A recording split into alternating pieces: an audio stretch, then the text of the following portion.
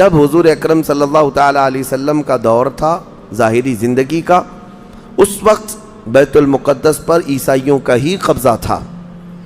ہم یہ بتاتے ہیں عیسائیوں کا، لیکن عیسائیوں نے کہاں سے قبضہ کیا تھا؟ وہ تو یہودیوں سے حاصل کیا تھا. یہودیوں کو مارتے تھے. اتنی خطرناک جنگیں ہوتی تھیں عیسائیوں میں اور یہودیوں میں کہ بیت المقدس میں خون خرابہ یہ آج کی تاریخ نہیں ہے، بہت پرانی تاریخ ہے. ٹائٹس نام کا ایک عیسائی بادشاہ جس نے پورے بیت المقدس کی اینٹ سے اینٹ بجا دی تھی، اور اس نے جتنے یہودی وہاں پر آباد تھے سب کو قتل کروا دیا تھا. پھر عیسائیوں کا قبضہ ہوا تھا. کتنے بڑے بڑے عیسائی بادشاہ آئے اور انہوں نے وہاں پر سوائے ظلم کے اور کچھ نہیں کیا بیت المقدس میں. یہ تو ان کی تاریخ چلتی تھی عیسائیوں کی، یہودیوں کی. یہودیوں سے کئی مرتبہ بیت المقدس لے لیا گیا اور عیسائی جھنڈا وہاں لہرایا گیا. کئی 100 سال تک عیسائیوں نے یہودیوں کا داخلہ بھی بند کر رکھا تھا کہ کوئی یہودی پھٹکنے بھی نہ پائے. بیت المقدس تو چھوڑیں، یروشلم میں فلسطین میں کسی یہودی کی انٹری نہیں تھی. عیسائیوں کا جب غلبہ تھا تو یہ کئی زمانے تک چلتا رہا. اصل یہاں پر کیا تھا وہ میں آپ کو بتا دوں. یہ بیت المقدس کا مسئلہ آپ کو سمجھنا اس لیے بھی ضروری ہے کہ آج پوری دنیا میں یہ ایک سب سے بڑا ایشو کیوں ہے. اس کی بنیاد یہ ہے کہ حضرت آدم علیہ السلام کے بعد سے وہ جگہ مقدس تھی، فرشتوں کی تعمیر کی ہوئی. لیکن جب حضرت داؤد علیہ السلام تشریف لائے تو آپ نے، چونکہ آپ کی حکومت تھی اس وقت، آپ بادشاہ تھے، آپ نے ایک مسجد تعمیر کرنے کا حکم دیا.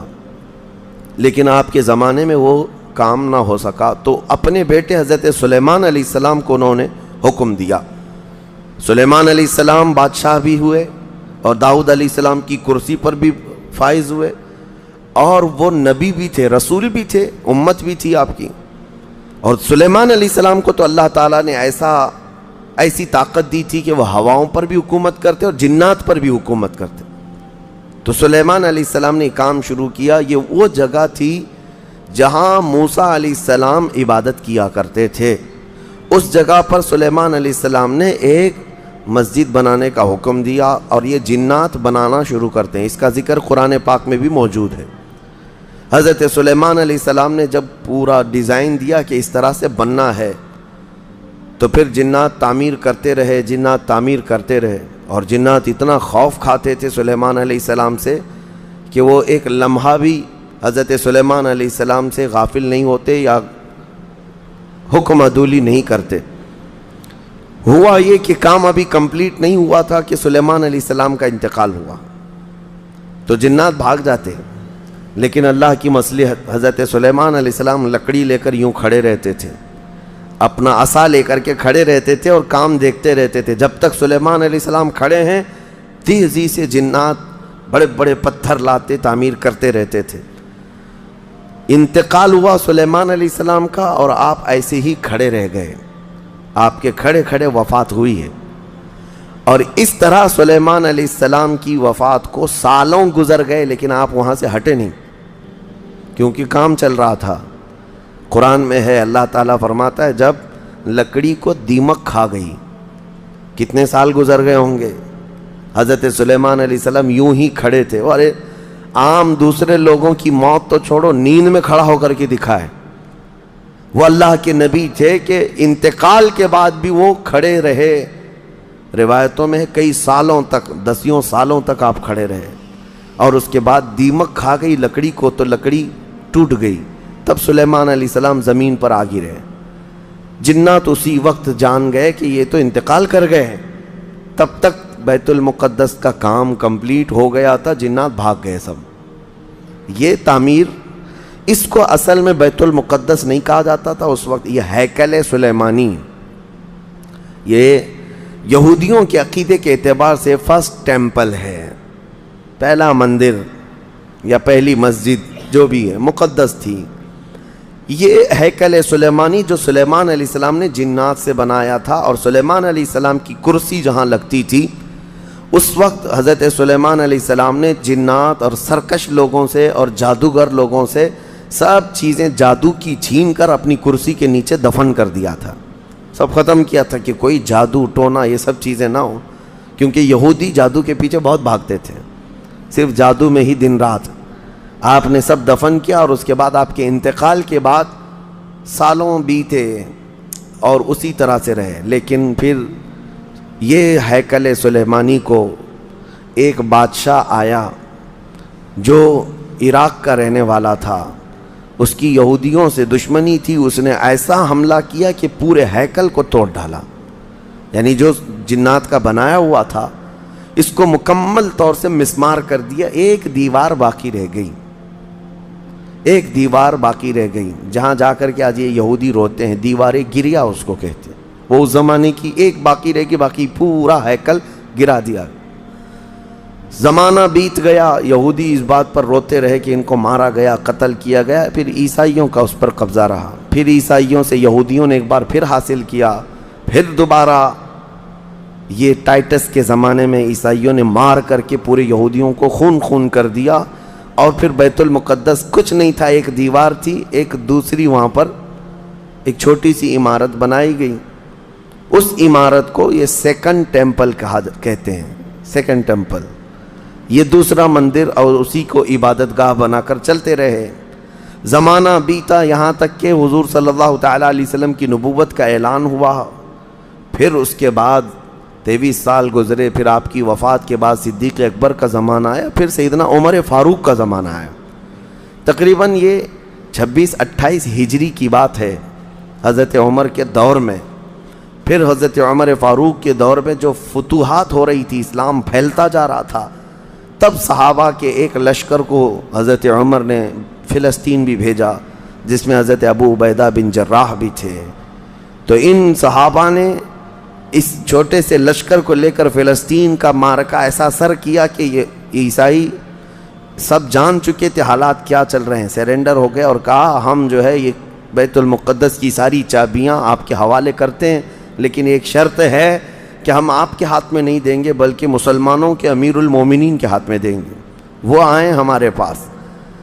تو وہاں جو صحابہ تھے انہوں نے خط لکھ کر بھیجا حضرت عمر کو، حضرت عمر مدینے میں تھے، کہا ٹھیک ہے میں آ رہا ہوں۔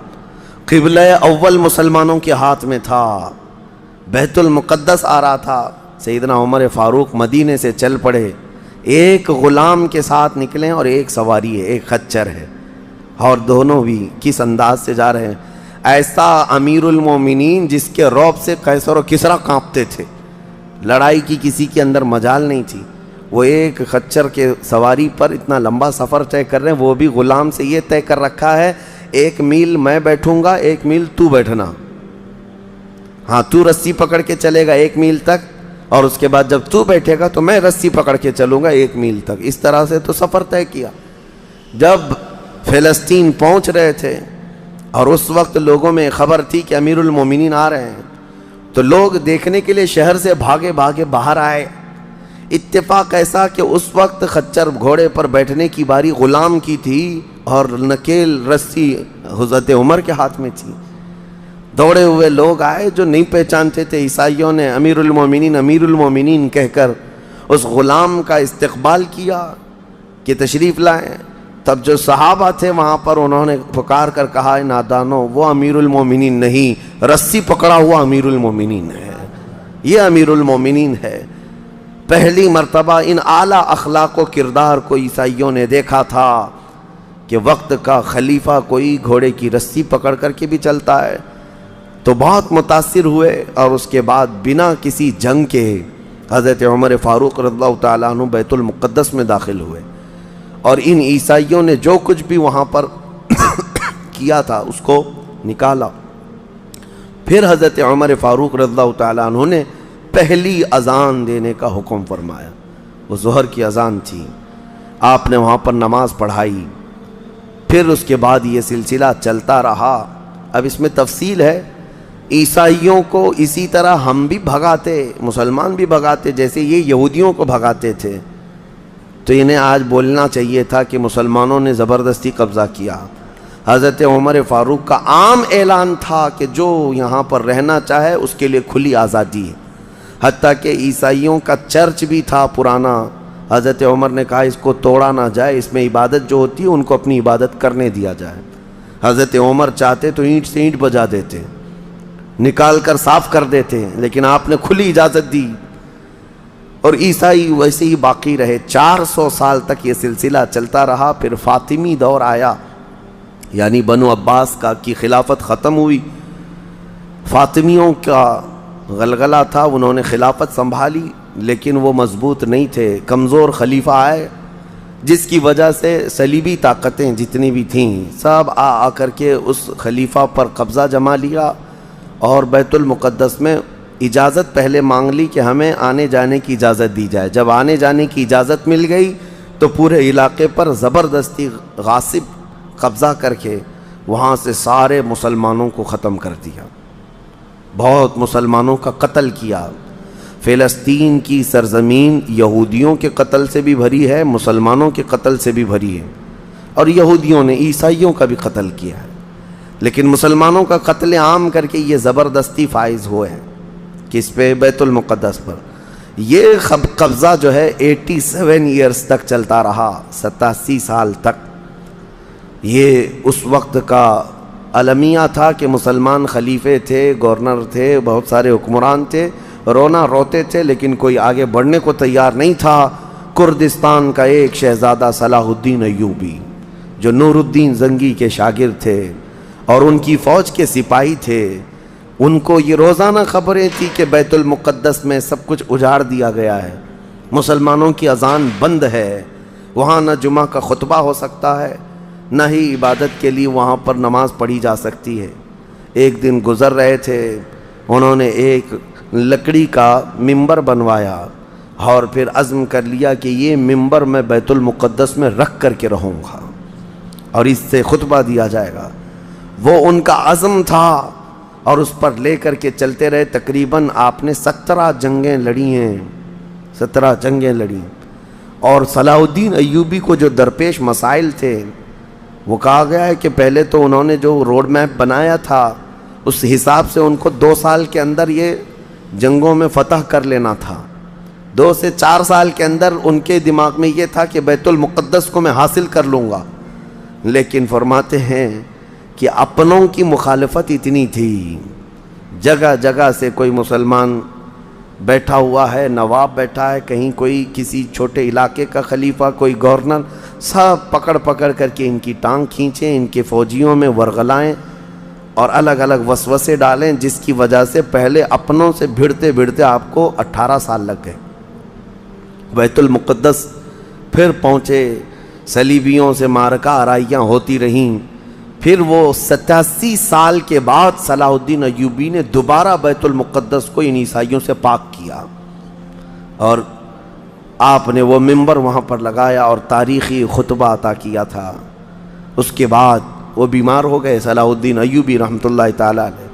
17 جنگیں جس نے لڑیں، اور عیسائی آج بھی صلاح الدین کے نام سے ڈرتے ہیں، اور بہت سارے تعریف بھی کرتے ہیں کہ ایسا جرنیل ہم نے دیکھا ہی نہیں دنیا میں صلاح الدین ایوبی کی طرح۔ وہ خون کا پیاسا نہیں تھا، وہ امن کا پیاسا تھا۔ کتنے تو قیدی ایسے آتے تھے جن کو وہ صرف ایگریمنٹ کر کے آزاد کر دیتا۔ عیسائی اس بات پر آج بھی اقرار کرتے ہیں کہ جنگوں میں قید جو ہونے والے کو کوئی چھوڑتا نہیں ہے، لیکن صلاح الدین ایوبی ایک نہیں لاکھوں لوگوں کو آزاد کیا ہے، 1000 بھی نہیں، لاکھوں لوگوں کو آزاد کیا ہے صلاح الدین ایوبی رحمۃ اللہ تعالیٰ علیہ۔ اللہ ان کی تربت پر کروڑوں رحمتیں نازل فرمائے۔ حیرت کی بات یہ ہے کہ ان کا آخری وقت آیا تو رونے لگے، بستر پر رو رہے تھے۔ لوگوں نے پوچھا کہ کیا بات ہے؟ صلاح الدین ایوبی کہتے ہیں میں نے منت مانگی تھی اللہ سے کہ اے اللہ بیت المقدس فتح ہو جائے تو میں حج پہ جاؤں گا۔ کہا تو پھر کیا ہوا؟ کہا میرے پاس اتنے پیسے نہیں ہیں کہ میں حج کر سکوں۔ یہ وقت کا وہ عادل حکمران جس کی تاریخ عدل سے بھری ہوئی ہے، لیکن یہ بھی تاریخ ہے کہ مال لوٹ کر کے اگر اپنا محل بنایا ہوتا تو صلاح الدین کے بہت سارے آج محلات ہوتے، لیکن وہ آخر وقت بستر پر اس غم سے رو رہے تھے کہ میرے پاس حج پہ جانے کے لیے پیسے نہیں ہیں، جس کے زیر نگیں کتنے علاقے آتے تھے اس وقت، بہت سارے علاقوں کا وہ خلیفہ۔ لیکن میرے عزیزو، اسلام کی سچی تاریخ ایسے ہی خلفاء سے ہے، ایسے ہی خلفاء سے نظام ہے۔ پھر یہ زمانہ چلتا رہا، تقریباً 800 سال گزر گئے، 1921 آیا، 1921، یہ جو گزری ہوئی سینچری ہے ابھی ہماری، یہ فرسٹ ورلڈ وار جب ہوئی، پہلی جنگ عظیم، اس جنگ کے دوران یہودیوں نے زبردستی اجازت مانگی برطانیہ کو ثالث بنا کر کے، کیونکہ جب ترکی کی حکومت ختم ہو گئی، جس کو خلافت عثمانیہ کہا جاتا ہے، جب وہ کمزور ہو کر گر گئی، کیونکہ ان کا دبدبہ تھا، یہ آخری خلافت ہے جو زمین پر تھی، اگرچہ خلافت کے نام سے جو مشہور رہی، تو حضور صلی اللہ تعالیٰ علیہ وسلم کی وفات کے بعد سے لے کر یہ ترکی کی خلافت عثمانیہ تک اس روئے زمین پر خلیفہ ہر زمانے میں کوئی نہ کوئی رہا، لیکن 1921 سے لے کر 1921 سے لے کر اب کا زمانہ آ گیا 2023، اتنے سال، 100 سال گزر گئے، پوری دنیا میں اب کوئی خلیفہ مسلمانوں کا نہیں رہا۔ بادشاہ تو بہت سارے ہیں، امیر المومنین اور خلیفہ کے نام سے اس روئے زمین پر اب کوئی نہیں۔ ان ظالموں نے ہماری خلافت کے نظام کو مار ڈالا، ختم کیا، خلافت کو زمین سے ختم کیا۔ اب لوگوں کو نیا لگتا ہے کہ خلافت کا مطلب کیا ہے۔ خلافت ایک نظام ہے، پورا نظام ہے۔ جب ڈیموکریسی ایک نظام ہے، کمیونزم ایک نظام ہے، تو اسی طرح سے خلافت جو ہے میرے مصطفیٰ کے نظام کا نام ہے۔ جب یہ ختم ہوا تو پھر 1921 میں یہودی جگہ جگہ سے جو مارے گئے تھے، اس وقت جرمن سے بھگائے جا رہے تھے، جینوسائیڈ کیا گیا تھا یہودیوں کا، جرمن میں مارا جا رہا تھا، تو ان کے اوپر دنیا والوں نے چنتک بیٹھک جس کو کہتے ہیں رحم کرنے کا، کئی مرتبہ بیٹھکیں ہوئی، بڑے بڑے لوگوں نے کہا یہودی پوری دنیا میں مارے جا رہے ہیں اور یہ مظلوم ہیں، ان کو کہیں پناہ دی جائے۔ پناہ دینے کے لیے جب بات آئی تو فلسطین کا ایک چھوٹا سا علاقہ 4000 یہودیوں کو رہنے کی اجازت دی گئی۔ 1921 سے 4000 یہودیوں کو رہنے کی اجازت دی گئی، اور پھر جب وہ 4000 یہودی رہے تو بڑھتے بڑھتے دنیا بھر سے لوگ ہجرت کر کے یہودی وہاں جاتے رہے، اور تقریباً 1947 جب ہمارے ہاں آزادی کا مسئلہ چل رہا تھا، تب تک یہودی جو ہے لاکھوں کی تعداد میں وہاں جمع ہو چکے تھے، اور جمع ہو کر کے ان لوگوں نے، اور اسی وقت ہٹلر کا دور بھی ختم ہوا تھا، اور ہٹلر نے ان کو بہت مارا تھا، جس کو ہولوکاسٹ کہا جاتا ہے، اور بہت زیادہ ظلم کیا تھا، تو یہ سب بھاگ کر کے فلسطین میں جمع ہوئے، اور پھر ایک ایگریمنٹ سائن کروا لیا گیا دنیا کی بڑی بڑی طاقتوں سے کہ یہ اسرائیل ایک کنٹری ہے۔ فلسطین کو 2 حصوں میں بانٹ دیا گیا، آدھا عربوں میں، آدھا یہودیوں میں، فلسطین کے 2 حصے کر دیے، تو آدھا یہودیوں کو ملا تو ٹھیک ہے، لیکن اس کے غصے میں عربوں میں جنگ شروع ہوئی۔ 1948 کے بعد پھر جنگوں کا آغاز ہو گیا، جارڈن، سیریا، مصر، ان لوگوں نے اس اسرائیل کے ساتھ، انہوں نے نئی کنٹری کا نام اسرائیل رکھا تھا، جنگ کیا۔ جب جنگ کرتے رہے، اسرائیل اپنے پیر پھیلاتا رہا اور آگے بڑھتا رہا، کیونکہ اس وقت ان عربوں کے اندر یا جدید ہتھیار نہیں تھے۔ اسرائیل کو فلی طور پر امریکہ کا سپورٹ تھا، UK کا سپورٹ تھا، یورپ کا سپورٹ تھا۔ ان تینوں ملکوں کے ساتھ بڑی خوفناک جنگوں میں ان کو پیچھے ڈھکیل دیا گیا، بلکہ جو صحرائے سینا تھا مصر کا، وہ بھی اسرائیل نے قبضہ کر لیا۔ طور سینا جس کو کہتے ہیں، کوہ طور، وہ بھی ان کے لیے مقدس تھا، وہ بھی حاصل کر لیا۔ پھر اس کے بعد دوسری جنگ بھی ہوئی تھی مصر کی، تب مصر نے وہ علاقہ واپس لیا اور اسرائیل کو سمیٹنے کی کوشش کرتے رہے۔ 3 بڑی جنگوں میں ہوا یہ کہ جب جنگ ہوتی رہی، اسرائیل پھیلتا رہا۔ پھر 1978 کے قریب یا 75 کے آس پاس اسرائیل نے پورے طور پر فلسطین کا کنٹرول اپنے ہاتھ میں لے لیا، جس میں بیت المقدس بھی چلا گیا۔ یہ ہے تاریخ میں آدم علیہ السلام کے زمانے سے لے کر یہاں تک کی بتا رہا ہوں، مختصر جھلکیاں۔ اس کے بعد سے یہودیوں نے بیت المقدس کا کنٹرول اپنے ہاتھ میں لیا، حالانکہ UN کا یہ فیصلہ ہے کہ پورے اسرائیل کو یہ خاص طور پر تنبیہ کی گئی ہے کہ صرف مسجد اقصی جو بیت المقدس ہے، اس کا کنٹرول اور اس کا مینجمنٹ اس کے انتظامات یہودیوں کے ہاتھ میں بھی نہیں رہیں گے اور وہاں کے فلسطینی مسلمانوں کے ہاتھ میں بھی نہیں رہیں گے، یہ جارڈن کی حکومت کو دیا گیا ہے۔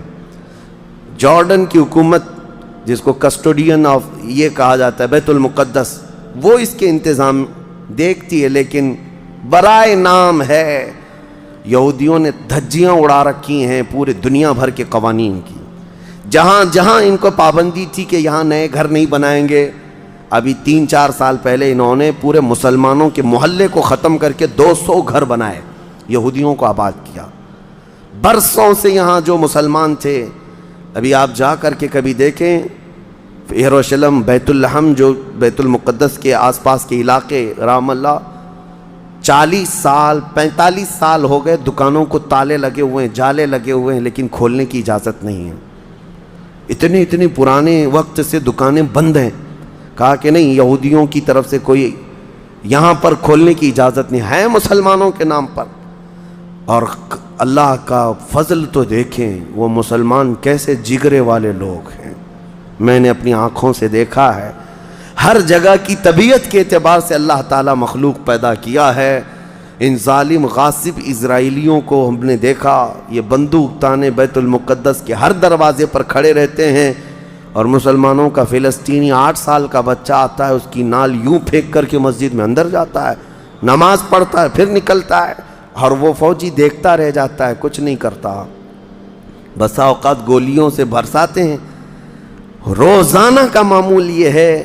رات کو گولیوں کی بارش ہوئی، سمیٹ کر کے ختم کیا گیا، زخمی ہاسپٹل میں گئے، دوسرے دن دیکھا عصر کے بعد بیت المقدس کے باہر صحن جو ہے وہاں پر پھر عورتیں، بچے، سب جو روزانہ عصر سے لے کر مغرب تک اپنی روٹیاں، اپنے کھانے لے کر کے آتی ہیں، بیٹھتی ہیں، ایسا لگتا ہے یہاں کچھ ہوا ہی نہیں، کچھ ہوا ہی نہیں۔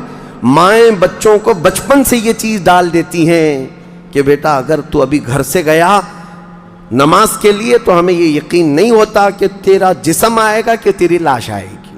ہر ماں کا یہ وہاں پر جذبہ ہے، اور یہ حدیث پاک میں موجود ہے۔ میرے آقا صلی اللہ علیہ وسلم نے فرمایا، لا تزال طائفۃ من امتی، میری امت میں سے ایک جماعت ایسی رہے گی جو قیامت تک حق کے لیے لڑتی رہے گی، اور اللہ ان کا ناصر و مددگار ہوگا۔ بیت المقدس کی یہ تاریخ آج، بیت المقدس کو انہوں نے خون میں نہلا رکھا ہے، یہودیوں کا زبردستی اس پر قبضہ ہے۔ اب یہ چاہتے کیا ہیں، یہ بھی میں آپ کو بتا دوں، یہ چاہتے ہیں کہ یہ مسجد اقصیٰ جو تعمیر ہوئی، یہ حضرت عمر کے حکم سے ہوئی، پھر اموی خلفاء جب آئے، خلیفہ ولید بن عبد الملک، اس نے پوری مسجد بنوائی، اور یہ جو پیلا گنبد آپ دیکھتے ہیں، قبۃ الصخرہ، جو مسجد اقصیٰ سے جس کو مشہور کیا گیا ہے، یہ قبۃ الصخرہ ہے، ڈوم آف راک جس کو کہتے ہیں، یہ اصل اس سے لگی ہوئی ہے بیت المقدس کی مسجد پرانی، اس کو شو نہیں کرتے، اس کو یہ گرا کر کے، اس کو پورا زمین بوس کر کے 3rd ٹیمپل بنانے کا پلان ہے۔ ان کو یہ چاہیے کہ حضرت داؤد علیہ السلام کے زمانے میں جو کام شروع ہوا تھا، سلیمان علیہ السلام نے جو مندر بنایا تھا، جو ٹیمپل بنایا تھا، ہم اس کو اسی جگہ تعمیر کریں گے۔ تو بیت المقدس، مسجد اقصیٰ کی دیوار سے دیوار انہیں گرانا ہے، اس کے لیے یہ کیا کیا سازشیں کرتے رہے، کھدائی کرتے رہے کہ یہاں پرانا خزانہ ہے، فلاں چیزیں ہیں، ثبوت نکالنا ہے۔ کتنا دیواروں کو ہلانے کے لیے آرٹیفیشیل زلزلے لائے گئے، مصنوعی طور پر یہ زمین ارتھ کویک لائے گئے کہ مسجد اقصیٰ گر جائے، لیکن اللہ کی مرضی جب تک چاہے۔ اب اگر حالات ایسی ہیں تو یہ مسجد اقصیٰ کو گرا کر کے وہاں پر ایک 3rd ٹیمپل بنائیں گے، جس کا پورا آرکیٹیکٹ ڈیزائن بھی انہوں نے ظاہر کر دیا ہے، نشر کر دیا ہے، کوئن بھی ایک جاری کر دیا ہے، جس کو لے کر کے ان کے 3rd ٹیمپل کے اندر جائے گا، آئے گا۔ یہ 2017 کی بات میں بتا رہا ہوں، پوری تیاریاں کر لی گئی ہیں۔ اب دیکھا گیا ہے کہ مسلمان ہر جگہ سے سوئے ہوئے ہیں، اب کوئی بھی اٹھتا نہیں ہے۔ عربوں کے منہ میں تو انہوں نے اپنی زبان رکھ دی ہے، عرب اب بولنے کے قابل نہیں رہ گئے، اور بغل کے جو دیش لڑے تھے پہلے، مصر، سیریا، جارڈن، آج ان کی حالت کیا ہے؟ وہ خود خانہ جنگی میں مبتلا ہیں، آپس کی لڑائیوں میں مصروف ہیں۔ اسرائیل کی غنڈہ گردی اور دادا گیری اس حد تک بڑھ گئی ہے کہ اسے آس پاس کسی کا خوف نہیں۔ ہاں اگر کچھ بولتا ہے تو کبھی ترکی بولتا ہے، ہاں اس کو اپنے اس ملک کے لیے سب سے بڑا خطرہ محسوس ہوتا ہے تو ایران ہے۔ ایران کو اس نے سعودی سے ایسا لڑا کر کے رکھا ہے کہ وہ آپس میں جنگیں کرتے رہیں۔ اسی لیے ابھی ایران اور سعودی کا پیس معاہدہ ہوا، ایگریمنٹ ہوا، تو سب سے پہلے نیند حرام ہو رہی ہے اسرائیل کی کہ یہ اگر دوست ہو گئے تو میرا کیا ہوگا، میری حفاظت کیا ہوگی۔ اسرائیل حماس کو مدد کرتا ہے، جو غزہ میں ایک علاقہ باقی رہ گیا مسلمانوں کا جو فلسطین کے اندر ہے، جو آج تک لڑ رہے ہیں، آج تک راکٹ داغتے ہیں، اسرائیل کے ساتھ لڑتے ہیں۔ 20,000 کی تعداد ہے وہ بیچاروں کی، 20,000 کی تعداد ہے۔ اب یہ تاریخ اس طرح سے بتائی جاتی ہے، نیوز اس طرح کی ہے، اسے حماس کو اسرائیل مدد کرتا ہے، فلاں مدد کرتا ہے، جو بھی مدد کرتا ہو ہمیں اس سے وہ نہیں، لیکن ایک حق جماعت قیامت تک حق پر قائم رہے گی اور بیت المقدس کے لیے لڑتی رہے گی۔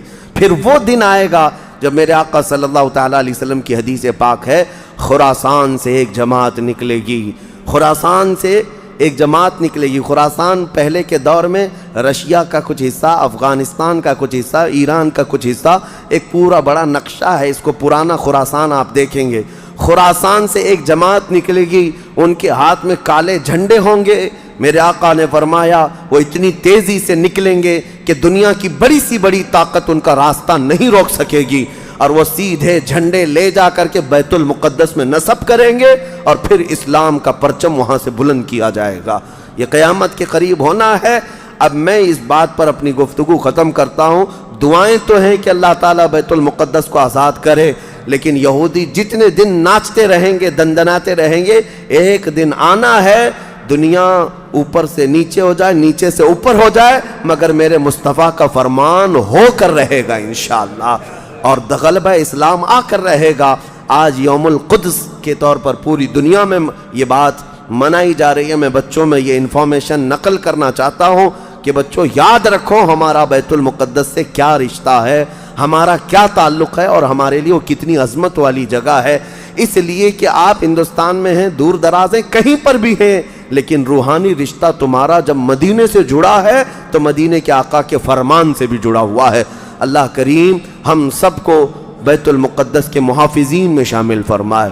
قیامت کے قریب امام مہدی کی فوج میں اللہ تعالی ہمارا شمول فرمائے۔ کریم خدا بیت المقدس کو تو آزاد فرما دے، یہودیوں کے چنگل سے اسے آزاد کر دے۔